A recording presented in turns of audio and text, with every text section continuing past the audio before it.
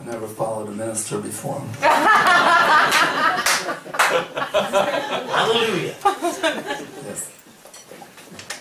It's called Springtime for the Jackhammers. What is it about a jackhammer that makes it hard to concentrate? Like someone drilling a hole in your skull. The sound waves infiltrate your being as the membrane in your ear hole vibrates. And who needs electroshock? It's Monday morning. A lobotomy by robot, not what I had in mind. Did I mention it's the first day of spring? And that's no bluebird right outside my window. It is closer to a machine gun, a metallic wake-up call. Like when you hold a naked wire with an electric current running through it. Who needs future shock? I'm living in a city that knows how to dig up sidewalks.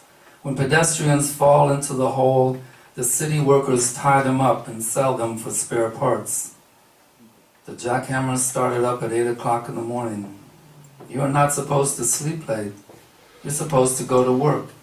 A jackhammer biting at your heels. The wolf is at the door and I can't take it anymore.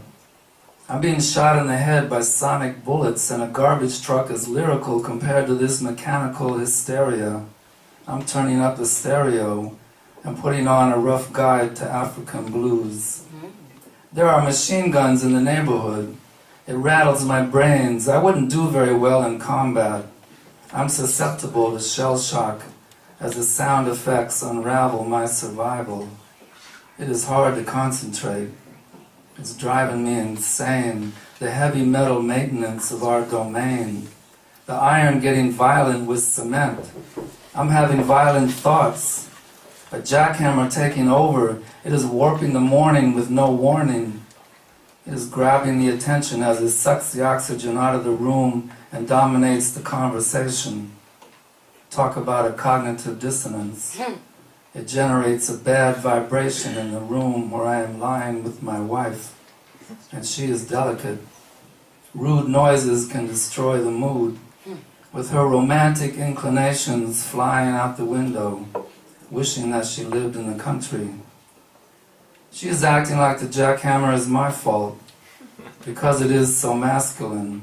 I've spent more time with mescaline than with pneumatic hammers which attack the ground I'm standing on, but maybe she has a point.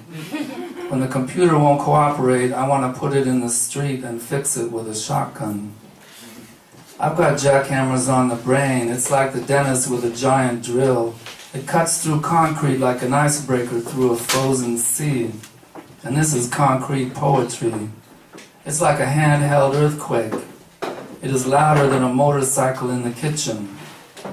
Suddenly it's over, and the drill is gone. I can't believe the silence that ensues. It's like a man who beats his head against the wall, because it feels so good when he stops.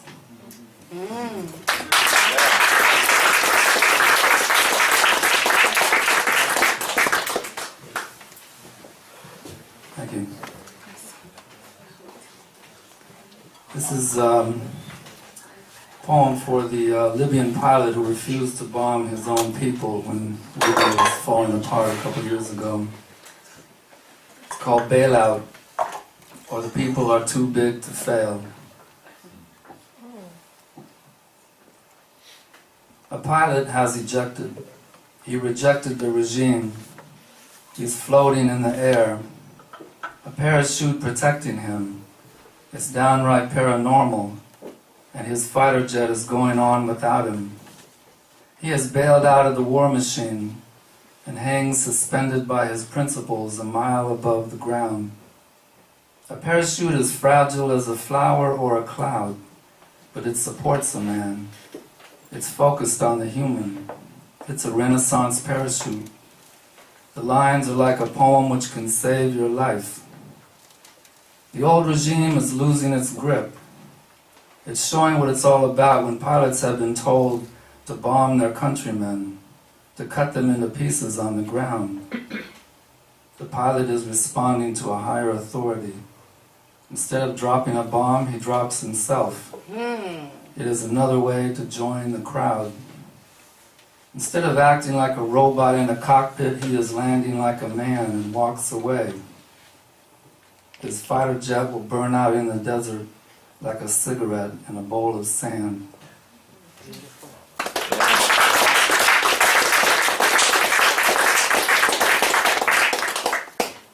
And this is my last one. This is called Viracocha. Uh-oh, get it. Creation Factory for Jonathan Siegel. And there's a reference in here to 2 toilets upstairs in the bathroom. And there used to be that when the place first started. That's true. And they had to take out one of them because it was too confusing.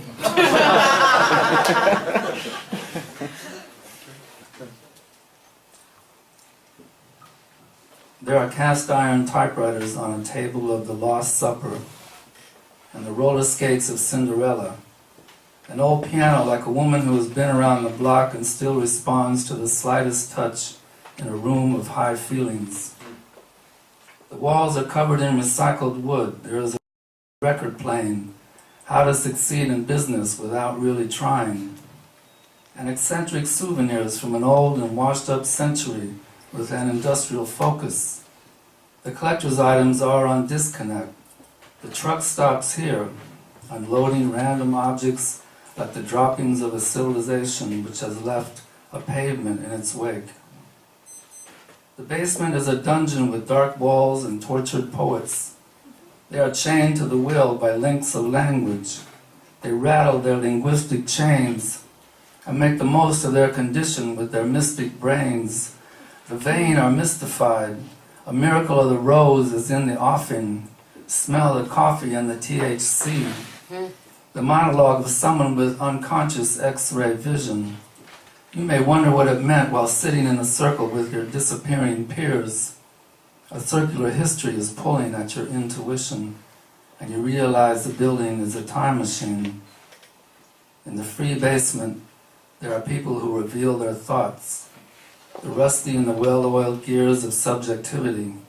It's tempered by the outside world. It comes with nuts and lightning bolts and violin strings attached. Who lives here? An insomniac who moves through life like he is in a Cadillac. The rooms are haunted by the dark side of the spectrum. In respecting the creative, he's becoming a creationist, a phantom of the opera. He could rip off his mask at any moment. He's inhabiting the background, messing with the sound effects and tuning up a beggar's banquet at the end of the world. There's an alcoholic coughing on a scaffold. It is business as usual. Installing a behavioral sink, a pipe dream of the plumbing, with 2 toilets side by side. They're more about duality than competition. The proprietor, a writer with imported props. The borders are dissolving in his head. He doesn't sleep, but he's the opposite of a vampire. He is giving blood, if anything. He is an orphan in a morphine universe. He won't do morphine, and more power to him. Being numb is not the point. He went to a lysergic college of delirious aptitude. He is hallucinating with exactitude, a venue that transcends the zoning laws. We need a hybrid halfway house, a little shop of horrors, echo pomo in a twilight zone, a speakeasy for the microphonic mutants in this town. It can improve your anthropological insight if you hang out for an hour in the time-lapse room, and it is not far from amnesia.